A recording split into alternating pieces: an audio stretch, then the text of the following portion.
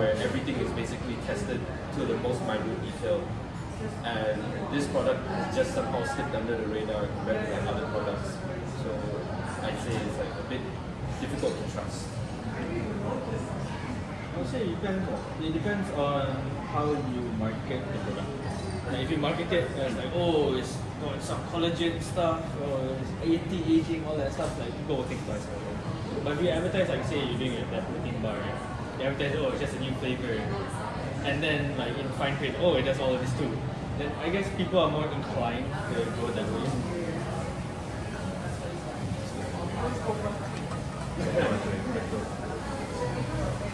So looking at the food options available in Malaysia right now for the elderly, is there something missing or lacking or something wrong with it?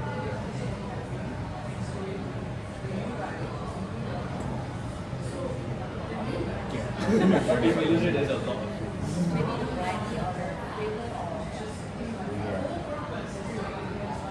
and nowadays it's really good trend for so healthier trend and I think that is more type of food I think we have a lot of it.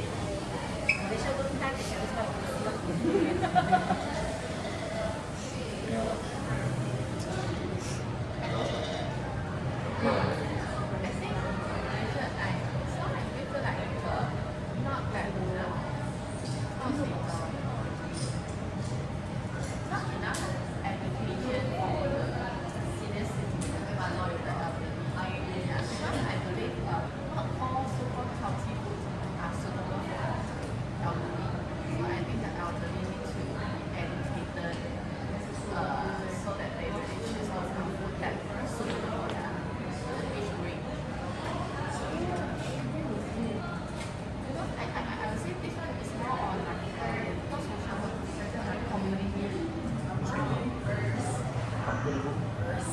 Kampung group.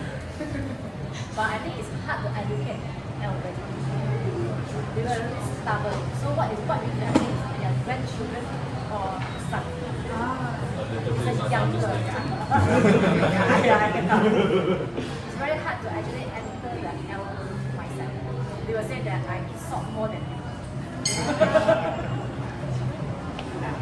So we need to actually educate the younger generation so that they can prepare the food by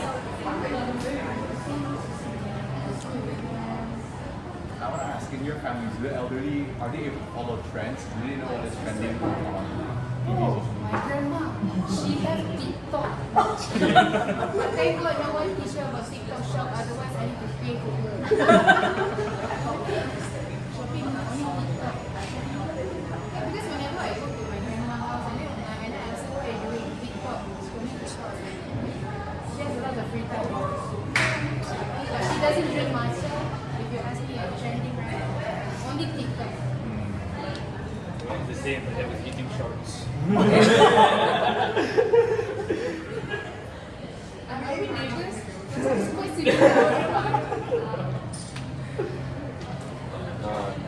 Doesn't happen for me because my grandmother can barely use a phone to call someone. So she's really from the old era.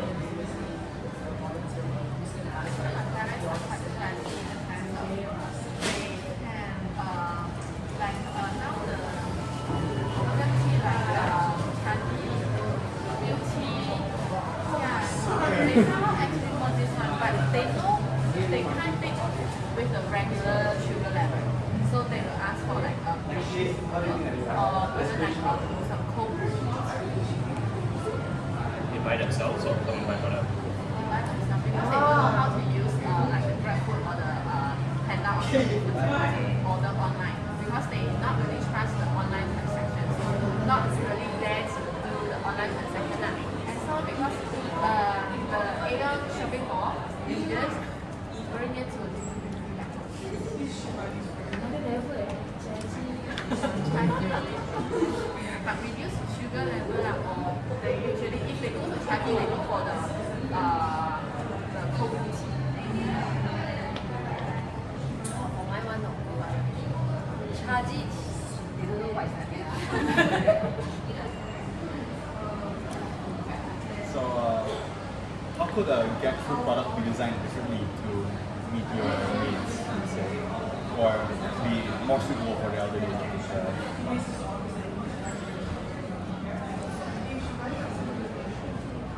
For my case, since I introduced my parents to protein powder, so to get food and incorporate inside, add inside, they can add. But in conditions that the kids must be nice, because it must taste like because I like it, yeah, I will share with them. So also, other than making it like powder and powder food and stuff like that, maybe also venture out into drinks.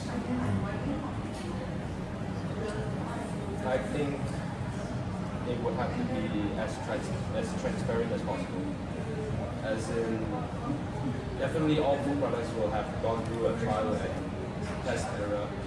And if there is any issues or any underlying effects that could affect maybe certain groups of people, they should be very open and explain it.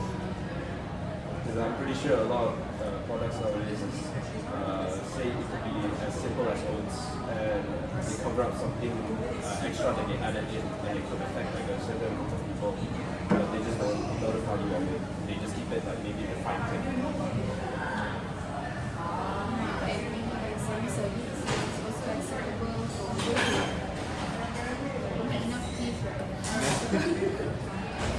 Can turn into a jelly or your jelly and then easy to bring in a sachet or something, they can just straight away do it.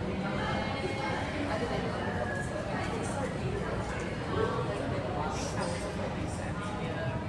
I think the powder form not bad.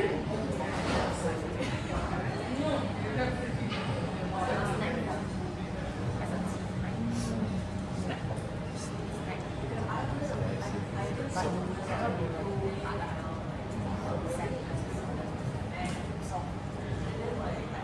So in relation, the elderly in your families right now, do they have any issue drinking? Or drinking like any water? No, any water or any liquids in general. Like, because I think, elderly sometimes really struggle, right? Eating, but maybe perhaps, maybe they have issue with drinking nowadays. Like, they can't take too viscous of drink.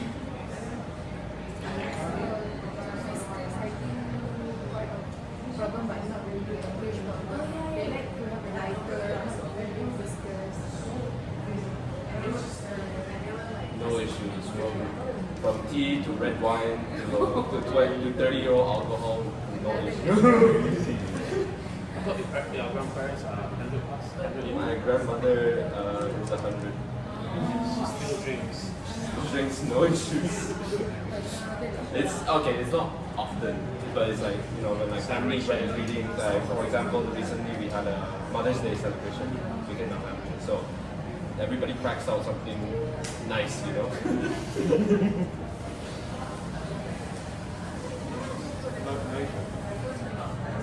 I think if the coffee infused like jackfruit can be accepted.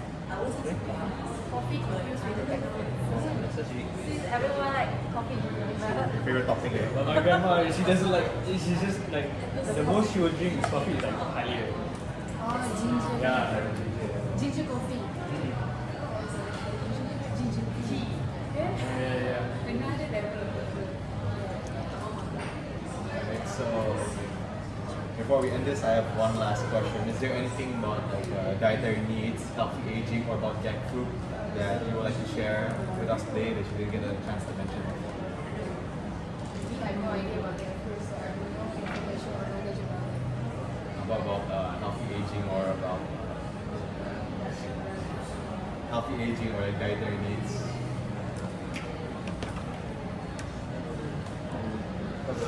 I think for me, I'll probably stick to being traditional because it seems like what isn't broken, there's no reason to swap off of it.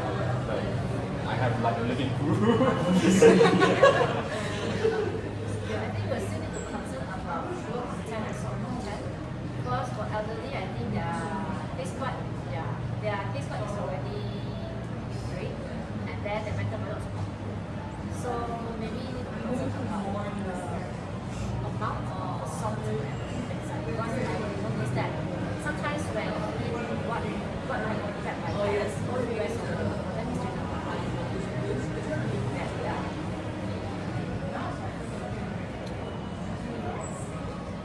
Alright, so that brings us to the end of our focus group today. Thank you very much for coming today. I think they're running a conversation for you all. Since you already ate,